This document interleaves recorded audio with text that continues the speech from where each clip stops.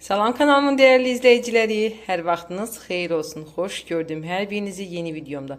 Bugün mən sizlərə çox dadlı, ləzzətli, asanlıqla tez bir zamanda hazırlaya biləcəyiniz ponçik hazırlayacağım.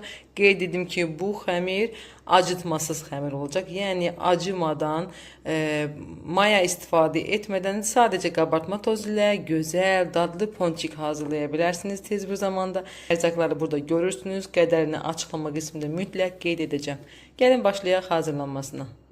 Belə bir qab götürmüşəm. İçərisinə 2 ədəd yumurtanı, stəkanın ağzından bir barmaq aşağı şəkər tozunu əlavə edirəm. Qarışdırıram. İstəsəniz mikserdə qarışdıra bilərsiniz. Mən əl mikseri ilə qarışdırıram. 3-4 dəqiqə bu formada qarışdırırıq. 3 dəqiqə qarışdırdım. İçərisinə digər ərzaqımız olan qatıq əlavə edəcəm. Burada 300 qram qatıq var. Və duru yağ əlavə edəcəm. Duru yağı xəmirin üzərindən də əlavə edib qarışdıra bilərsiniz. Mən bu cür əlavə edirəm. Hardasa 2 xörək qaşığı burada duru yağ var. Duru yağı adi kərə yağla da əvəz edə bilərsiniz. Qarışdırıram. Burada 4 stəkan un var. 4 stəkanını az-az əlavə edib xəmirin içərisinə, daha doğrusu qarışımın içərisinə əlavə edib xəmiri yoğururam.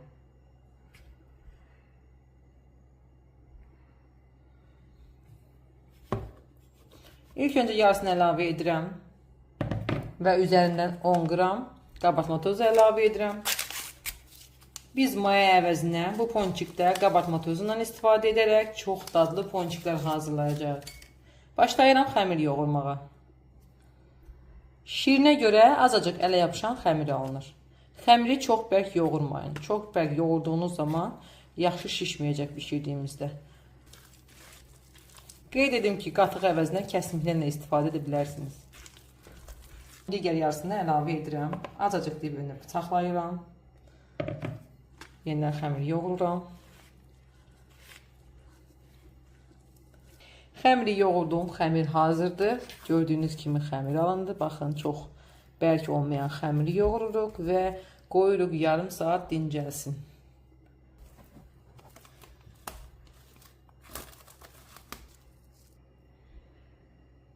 Yarım saat gözlətdiyim xəmiri dəzgahın üzərinə azacıq un əlavə edirəm və gözlətdiyim xəmiri üzərinə əlavə edirəm. Niyə görə onu əlavə etdim? Xanımlar, ona görə ki, xəmir azacıq yapışqan xəmirdir. Belə, xəmiri indi isə yayıram. Baxın, azacıq yapışır.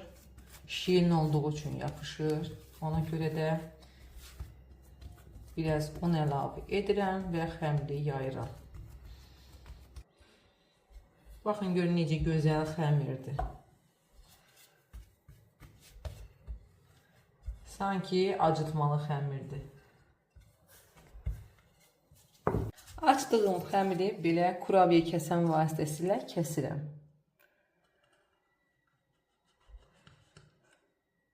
Əgər sizdə belə bir şey yoxdursa, o zaman stəkanın başı ilə də kəsə bilərsiniz.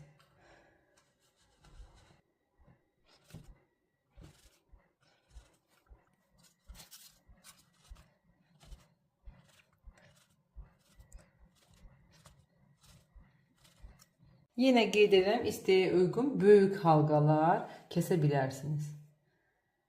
Belə arasındakı artıq xəmirləri götürürəm. Bunları əlbəttə ki, atmırıq. Yenidən toparlayırıq və yenidən kəsirik.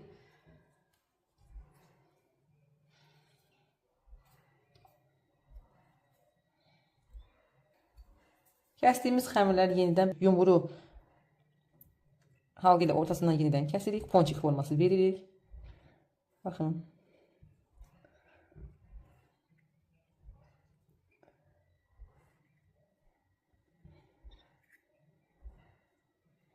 Rahatlıqla kəsmək olur, yəni yapışmır. Üzərinə taban yerləşdirirəm, içərisinə yağ əlavə edirəm və qızmağını gözləyirəm. Yağın içərisinə ponçikləri əlavə edirəm.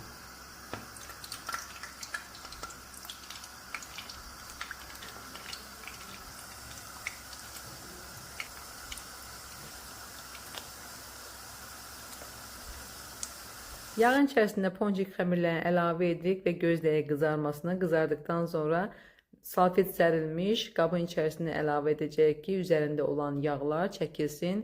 Qeyd edim ki, bu çox gözəl xəmirdir. İçərisinə yağ keçmir, yəni yağı çəkmir. Bir də xanımlar, sizlər üçün qeyd etmək istəyirəm ki, ponçiki bişirərkən niyə görə mən də gözəl şişir? Çünki xanımlar, yağı tam qızdırmıram.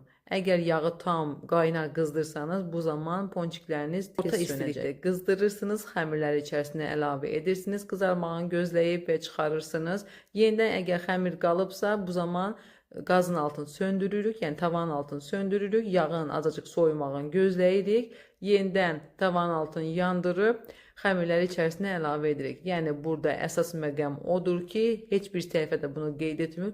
Mən sizlər üçün qeyd edirəm xanımlar, yağ tam qızmalı deyil. Yəni, yağı qaynar etməli deyilik.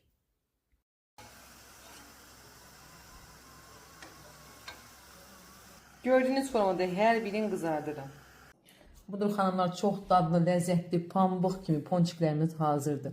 Həm bu formada hazırladım, həm də belə ürək, gül formasında. Bunları isə göstərdiyim sizə peçeniya kəsənlə kəsdim. Görün necə gözəl alınıb, çox dadlı, yumuşaq alınıb.